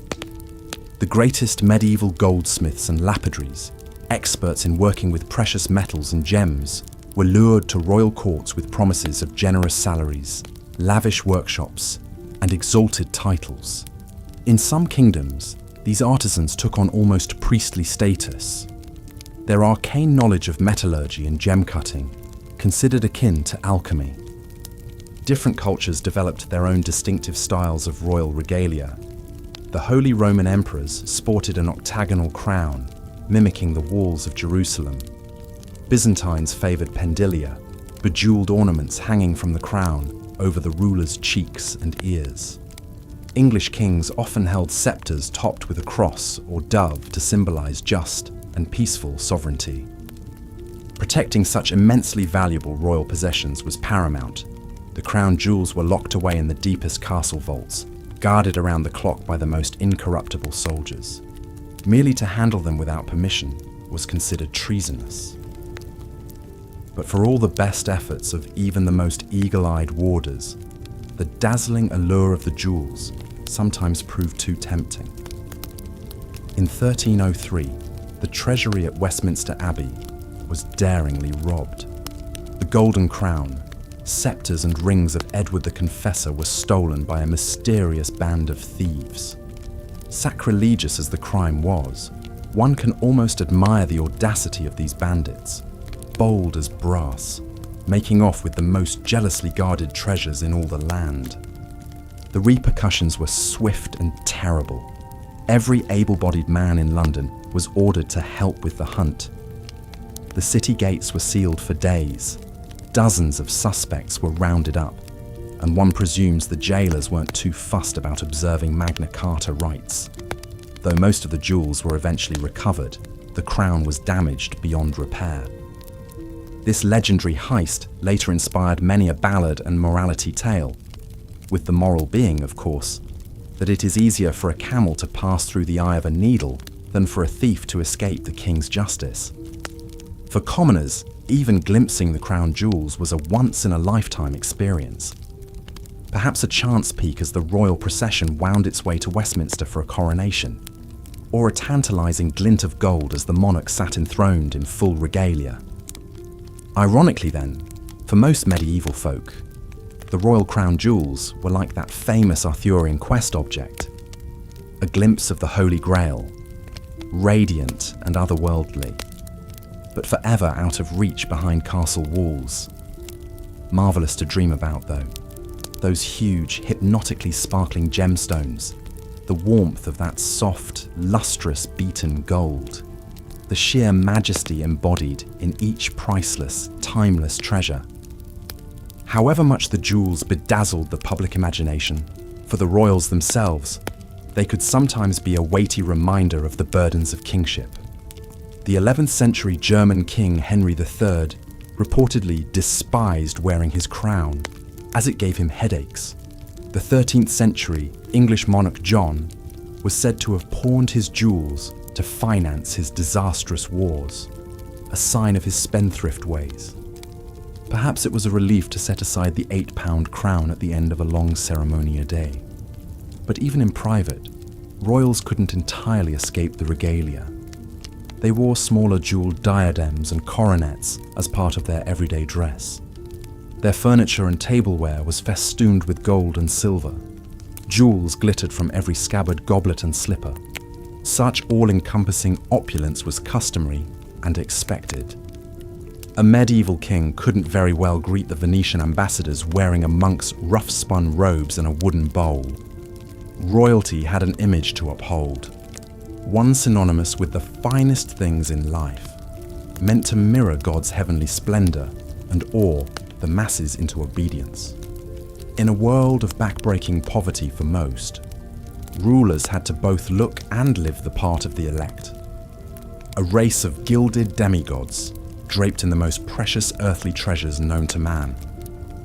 As much as we moderns might raise an eyebrow at such conspicuous consumption, there's no denying the sheer aesthetic pleasure of these magnificent artifacts.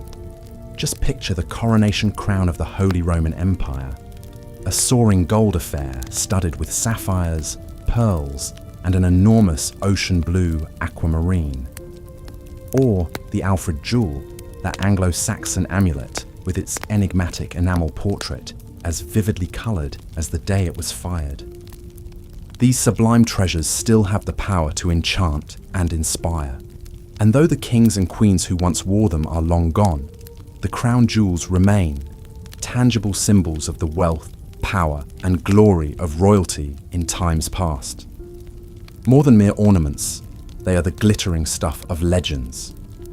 Of course, not all royal treasures were as flashy as gem-encrusted crowns. Monarchs also cherished more understated heirlooms that were no less significant. Take the coronation spoon used to anoint English sovereigns with holy oil, a battered little silver thing about as plain as a bean spoon. But it dated back to the 12th century and was believed to be the only relic to survive the plundering of the crown jewels in the English Civil War. As such, it was imbued with sacral and historic value far beyond its appearance. Or consider the bizarre Reichenau sword and scabbard, a 10th century German weapon with an ornate scabbard of chased silver, patterned with fantastical faces melting into each other. Scholars still argue whether the unsettling designs were meant to evoke the souls of warriors devoured by the blade, or a kingly lineage dissolving into the next. In any case, it is a sublimely eerie piece of craftsmanship and a window into the more outre side of medieval aesthetics. But such grim-seeming oddities were the exception in royal treasure hoards. For the most part, the emphasis was firmly on displays of wealth, beauty, and exquisite workmanship that attested to the refinement and might of the ruling class. Where commoners made do with crudely thatched huts, rag clothing, and leather trenchers, the king and his court enjoyed the ne plus ultra in every department. The most intricate tapestries, the most towering Gothic cathedrals, the most beguiling music. Luxuries like spices, silks, and stained glass were imported at staggering expense from the far reaches of the globe. Teams of tailors, goldsmiths, and furniture makers were kept on permanent retainer to furnish an endless stream of sumptuous goods. The royal wardrobe alone was vast enough to clothe a small city.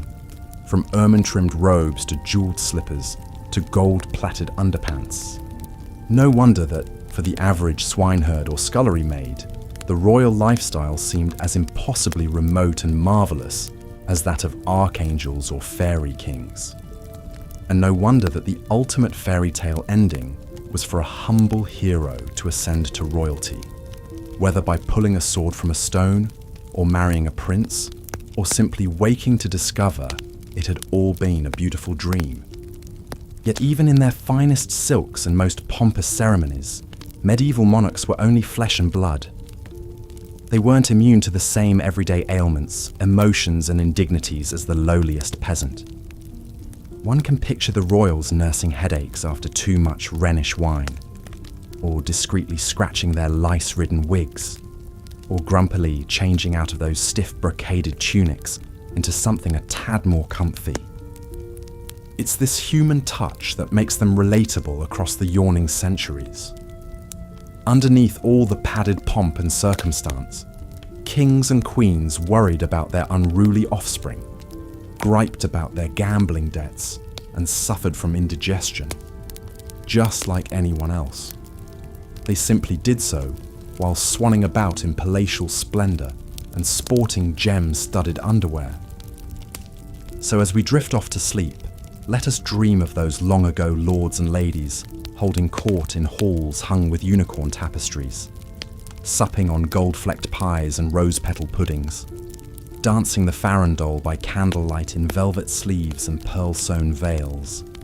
A world of wonders as fabulous and far off as an illuminated page from a book of hours, yet inhabited by royals who were just as human as you or I, once you pried off their crowns.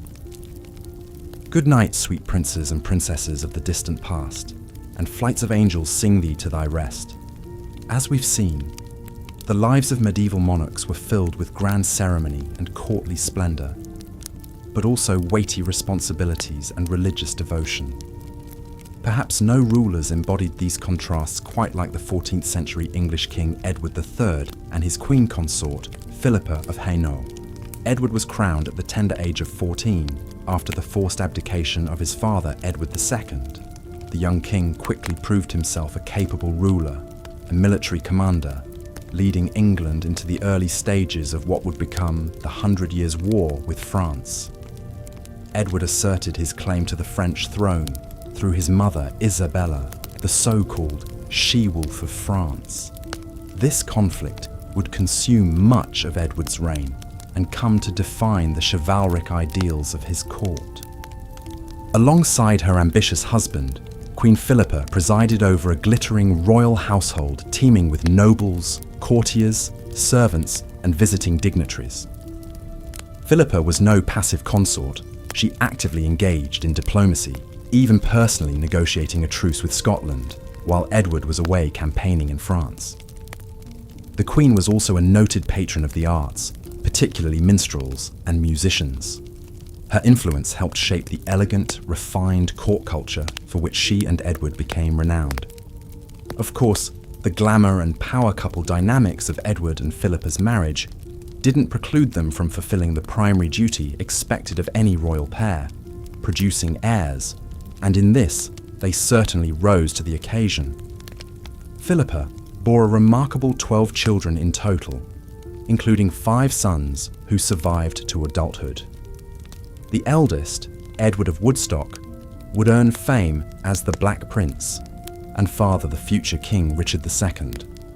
Through Philippa's many daughters, the Plantagenet dynasty forged marital alliances across Europe. For all the splendour and intrigue that swirled around them, Edward and Philippa seem to have enjoyed a surprisingly stable and affectionate union by the standards of medieval royalty. Unlike his philandering father, Edward III never kept an official mistress. He relied on Philippa as a trusted political advisor and companion. According to some accounts, as the Queen lay on her deathbed, the grief-stricken Edward dutifully held her hand for several days until she passed. Even before Philippa's death in 1369, Edward began to withdraw from public life as he entered old age. The capable leader who embodied the chivalric ideal had grown increasingly infirm in both body and mind. During his final years, he fell under the influence of his grasping mistress, Alice Perez, who purportedly plundered the royal treasuries. When Edward himself died in 1377, the once glorious Plantagenet dynasty he and Philippa had built teetered on the brink of chaos. Their great-grandson Richard II would prove ill-suited to the throne, eventually deposed by rebellious nobles. But despite the turmoil that followed, the legacies of Edward III and Queen Philippa endured. It was Edward who first established English as the official language of his royal court, a shift away from the French that had long been favoured by the Norman elite. He also founded the prestigious Order of the Garter, still the world's oldest national order of knighthood. For her part, Philippa popularised the name Philippa itself in England, where it had been quite rare, but now took its place in the royal rolls. Even more than their tangible impacts, Edward and Philippa came to embody an ideal of enlightened monarchy, ruling with a mix of piety, chivalry, patronage, and power. In later centuries, when the Tudors and Stuarts looked back to forge an English identity, they often invoked Edward as a model king, a paragon of both warrior courage and courtly grace presiding over a flourishing medieval realm. That these images tend to gloss over the more complicated realities of Edward's reign attests to the lasting pull of Plantagenet legend. Regal power in the Middle Ages was so often a family affair, the fate of bloodlines and kingdoms bound together in a great generational chess match. For Edward III and Philippa, whatever personal affection they may have shared was always interwoven with hard-nosed political calculation. Their marriage joined England to Philippa's native county of Highland, creating a vital early alliance in the 100 Years' War to come. These same dynastic imperatives meant that royal children were often treated more as political game pieces than beloved family members. Even for an evidently doting mother like Philippa, her daughters were destined to be used as bargaining chips, their marriages auctioned off to the most promising bidder. Princesses were routinely packed off to distant lands, as young as 10 or 12, to cement an alliance or claim a throne. Such was the case for Edward and Philippa's second daughter, the Princess Isabella. At the age of just 13, Isabella was dispatched to Gascony to marry Edward's close ally, the Lord of Coucy. The young girl's lavish wedding in 1365 served as much a show of English wealth and power as a marriage ceremony. Poor Isabella's elaborate trousseau filled an entire ship, while her dowry of 4,000 marks required another vessel to transport. The Lord of Coucy was so impressed by this ostentatious display, he voluntarily became an English vassal on the spot. Marital statecraft aside, the sheer act of giving birth was a crucial role, indeed a risky duty, for any medieval queen. With minimal understanding of hygiene and medicine, childbed presented moral peril for even the most exalted woman. Doubtless, even Philippa, who enjoyed the era's most advanced obstetric care, felt a shiver of dread each time her belly swelled with child. Perhaps she whispered a prayer to St. Margaret, the patron saint of pregnant women, or clutched an amulet of precious stones, believed to aid in delivery. Of course, as with so many aspects of medieval life, royal births were witnessed by many and imbued with great political significance. When her time drew near, Philippa would take her chamber, retiring with her ladies to await labour in a darkened room sealed tightly against evil humours. As soon as a new prince or princess issued forth, bells pealed and bonfires blazed to celebrate another successful act of dynastic continuity, and a beaming Edward would dispatch riders to spread news of his expanded brood to all corners of the realm. For royal and peasant alike, children were the keys to power, whether that meant an heir to carry on a royal lineage, or simply extra hands to work the land. But even the most illustrious bloodlines must someday end. Edward III outlived both his beloved queen and his eldest son, the famed Black Prince.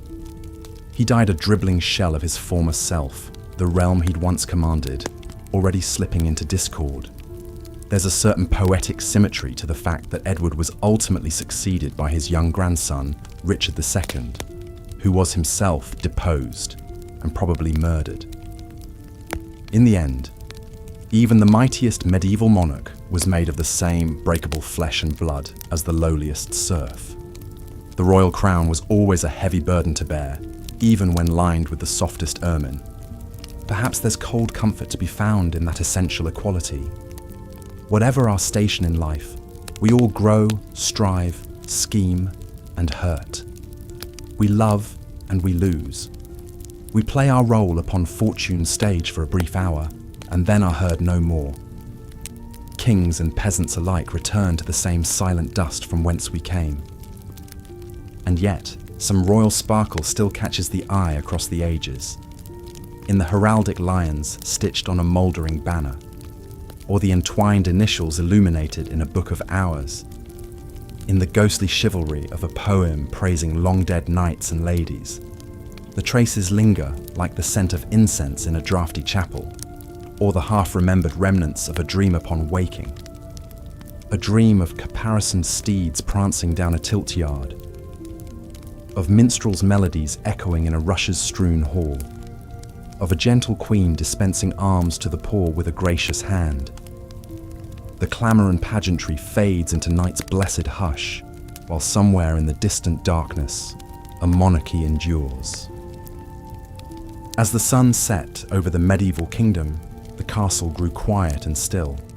The day's labours complete, the monarch and their court retired to their private chambers to unwind and prepare for the night ahead. For royalty, even these intimate moments maintained an air of refinement and ritual. Servants would assist the king and queen in changing out of their finery and into their sleeping attire. Luxurious nightgowns and robes of fine linen or silk, perhaps trimmed with delicate lace or fur, were donned. A chambermaid would brush out the queen's long hair with slow, soothing strokes until it shone like spun gold in the flickering candlelight. The king might sit pensively by the fire, sipping a goblet of warm, spiced wine as a page removed his shoes. These private quarters were the ultimate sanctuary, where royalty could let their guard down, away from prying eyes. Here, in the innermost chambers, the trappings of wealth and status were more understated.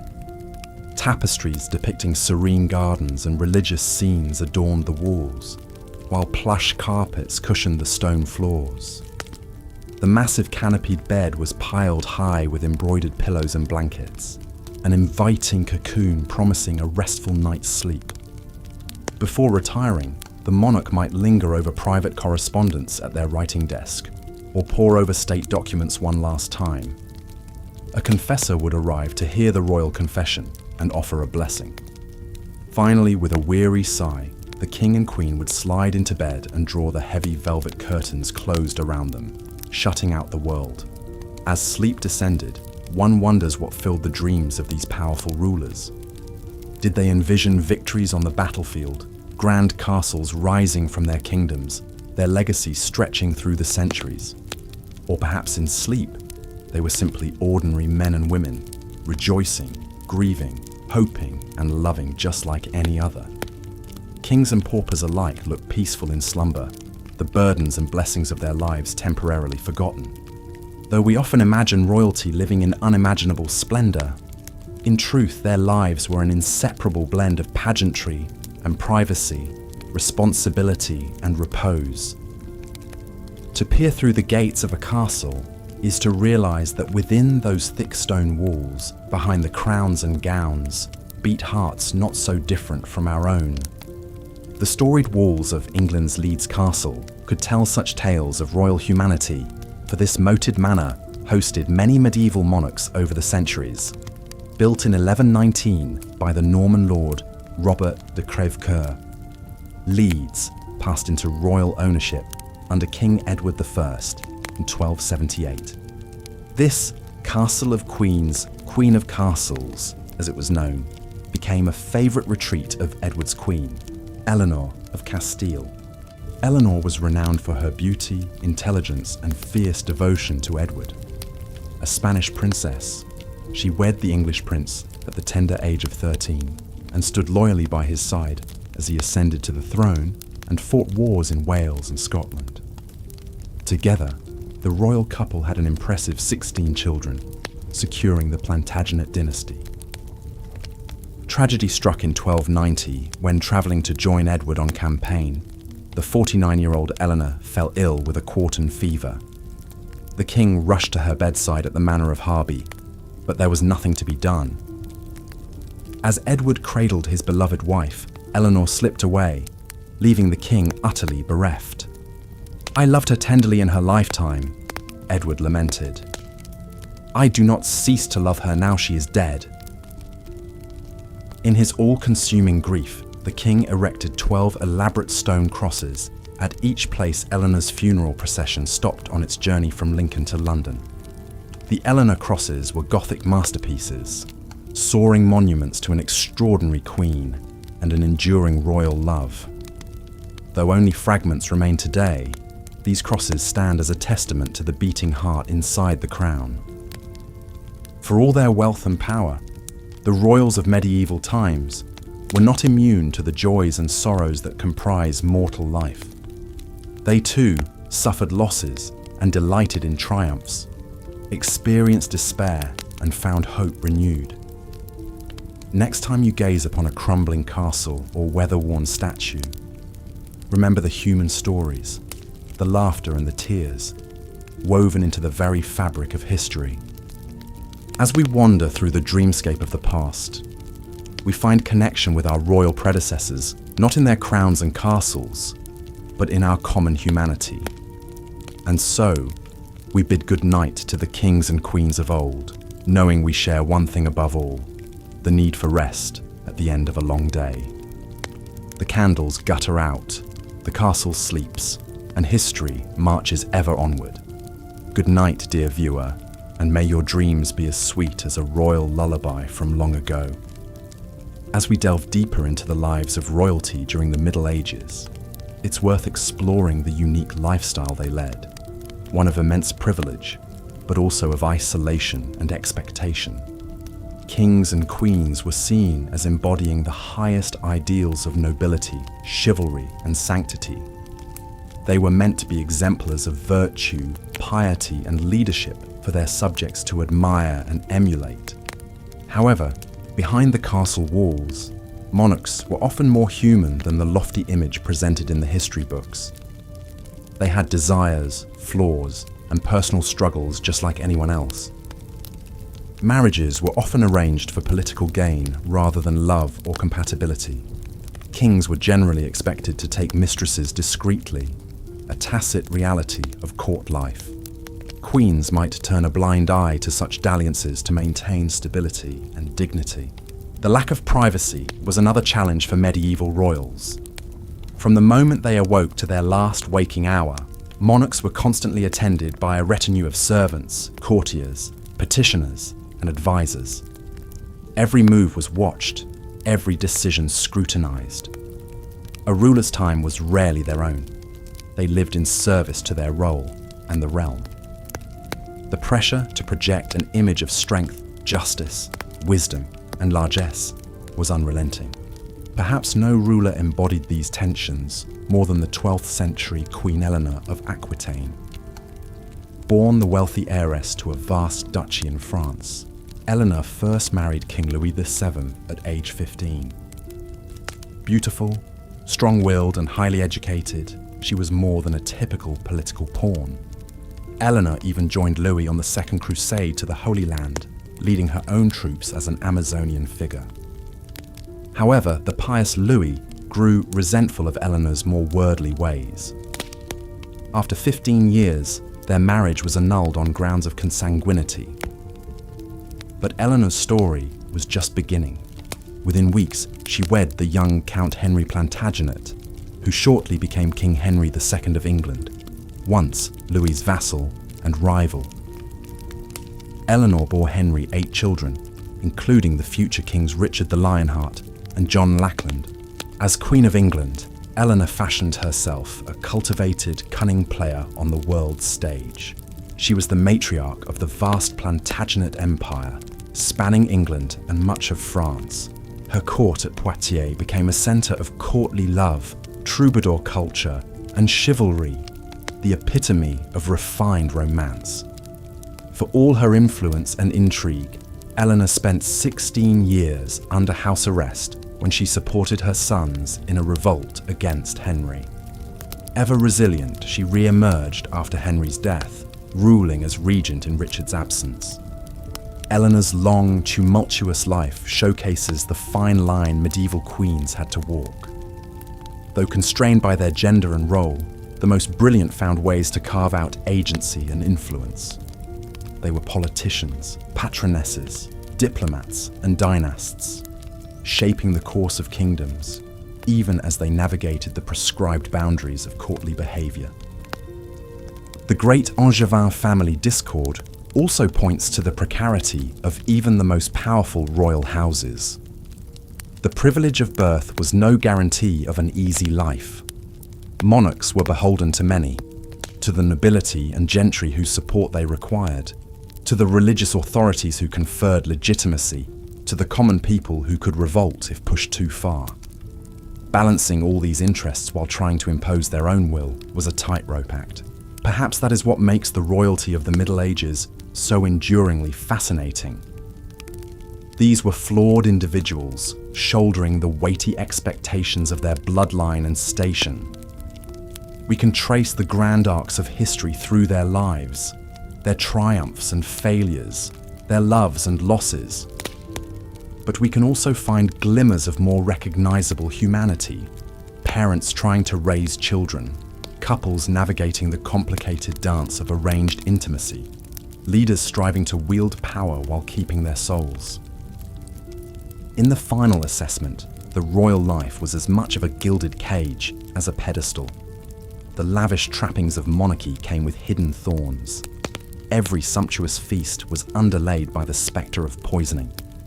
Each glorious military campaign risked capture or death far from home. The beautiful ceremonies and rituals masked a life of constant performance.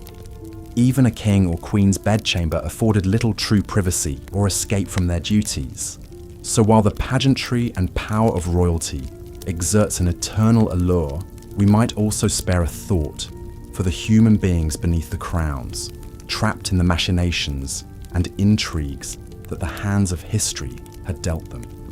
Their exalted positions did not inure them from tragedy, heartbreak, or the knowledge that their personal legacies would be the stuff of chronicle and memory for centuries to come. It was a rarefied existence, privileged beyond measure, but also binding and burdensome in its way. As we conclude our journey through the lush, dramatic, but also surprisingly human annals of medieval royalty, one might feel both a sense of distance from and kinship with these storied sovereigns of old. The world they inhabited was in many ways impossibly different from our own, steeped in strange traditions and striking inequities. And yet, when we look past the ermine-trimmed robes and jeweled crowns, we find familiar struggles, hopes, and imperfections. In the end, perhaps that is the most enduring lesson the royals of the Middle Ages can impart from across the centuries, that no matter how high one's station or dire one's circumstances, we all share a common humanity that binds us together. Kings and commoners alike are but players on the great stage of history, each with roles to fulfill before yielding to the next generation in the unending cycle of birth, ambition, striving, and decline. That is the mortal condition. So as we drift off to dream of chivalrous knights and resplendent queens in their towering castles and soaring cathedrals, let us carry with us a kernel of empathy for these impossibly distant and yet strikingly relatable figures. For in the final accounting, we are all united by the same fears and foibles, the same yearning to love and be remembered, to forge meaning and connection in our brief turn upon this earth. And with that, my dear friends, we come to the end of our reverie. If this visit to the realms of medieval royalty has proven a pleasant diversion, Perhaps you would do this humble chronicler the kindness of sharing this tale with other curious souls in search of a bedtime yarn. Your interest is the most treasured coin in our storytelling coffers. Until we meet again on some other narrative shore, I bid you the very warmest of goodbyes, and may your own dreams be as sweet as a minstrel's lullaby echoing through the peaceful night air. Fare thee well,